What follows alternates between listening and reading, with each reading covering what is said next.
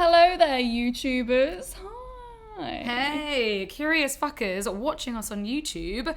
Just to give you a word of caution, this episode has been edited for YouTube safety purposes. It's basically like the safe for work version. Lame. So if you want the explicit stuff, you better go back to your podcast apps, Apple, Spotify, and go listen to us there for the full episode.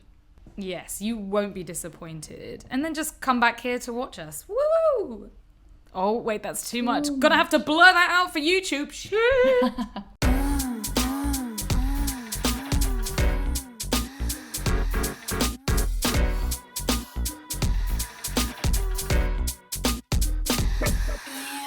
You're listening to Fucks Given, the one where we're talking about having kids. Hi, Reed. Hi, Florence. How are you today? I'm okay, I think. I should really say how are you this week? Yeah. Oh, yeah, this week. Because it's every week. You do this every week. Every single week.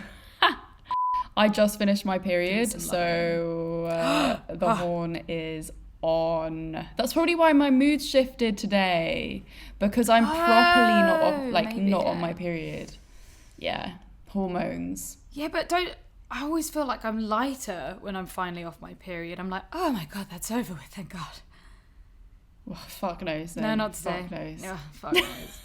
Well, my start was awful. I think it was like coming back from holiday, dealing with like partying, aftermath, and then also recognizing that my OCD had become quite unmanageable, and I had a few really bad like rage outbursts, which were really unacceptable.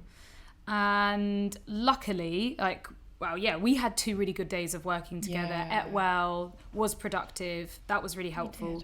And then, just Sam and I have had some nice space, which I think is what we needed. So important to have space, and I don't think people talk about that enough when it comes to relationships. It's so important to have space away from each other.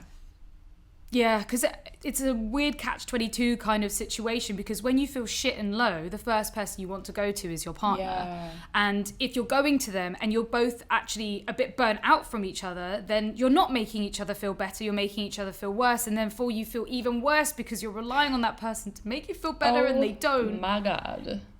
And it feels scary moving away and getting space from that person as well. And it's like, it's horrible. So once you force yourself to have the space and basically recover on your own, then it's like, oh my God, everything's great again. Yeah. Yay. I don't know why. I've got like this situation happening at the moment, and I was like, I'm not going to say anything, but I was just like, I have had sex since coming back. And it was... That's good. It was great sex. Oh, it was great. Yeah. All right, that's nice. It was very, very good. Someone that I've been chatting to for a while, unsure of where it's going. But it was really, really good sex. It was sex on the first date. Which, oh my God, I told my mum said something, and I was like, well, so he stayed over, and she was just like, Florence. And I was like, oh, are you shaming me for having sex on the first date? The judgment. Mum. And also, that's not the only person. One of my friends also said, oh, yeah, I don't think you should have had sex on the first date. Oh, my God. And I was like, I cannot stand that. I'm the host of Fucks Given.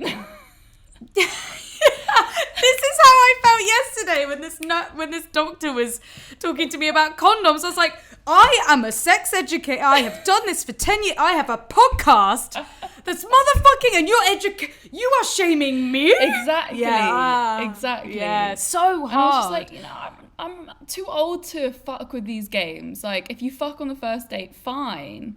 So we're at the grand old age of 31, which is, by law, the age that everyone starts properly thinking about kids.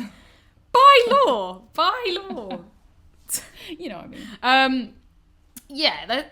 I think we start, as women, people with uteruses, we are almost drilled to think about children from the very get-go. Yeah. I remember at school talking about what you're going to name your kids and how many kids do you want? And And that's very normal for us. And so as you get through your 20s and start hitting 30, where I don't know where this came from, but maybe our parents or our parents' parents, and they're having kids around the age of like late 20s, 30s. My mum was my age when she had me, which is quite interesting. Yeah, same. Same, yeah. And I think it's that fear of that build-up of, oh my God, 30 is, I'm reaching 30, or whatever age it is that you think you should be having children at, and you panic, and you constantly think about it, and every relationship you're in, or every person you fuck, it is on the tip of your tongue, it's in your mind. And then you actually hit this motherfucking age, and it's like a whole new game, because people are actually having kids and settling down and having long-term relationships that are getting sort of more, I say more secure, that's not really the right word, but like more fucking real. Like, no, real's also not the right word. Scary, I'm gonna say scary, more fucking scary. I had a really fucking adult conversation on my last date that was, so they were like, the next person that I'm with, you know, I want them to be my wife. And I was like, well, the next person that I'm with probably want them to be my baby daddy, you know? Oh shit. For a first date, that's a very adult conversation. It's a very adult conversation, yeah. But if it felt right, if it felt comfortable, then there should be no problem. I mean, we've been talking for a while before that conversation, so it kind of made sense. But at the same time, like, what I'm trying to say by mentioning that is that it's a very on the brain topic for me, I think, at least now, which has been a little bit of a journey. I think that I wasn't on this page a few months ago.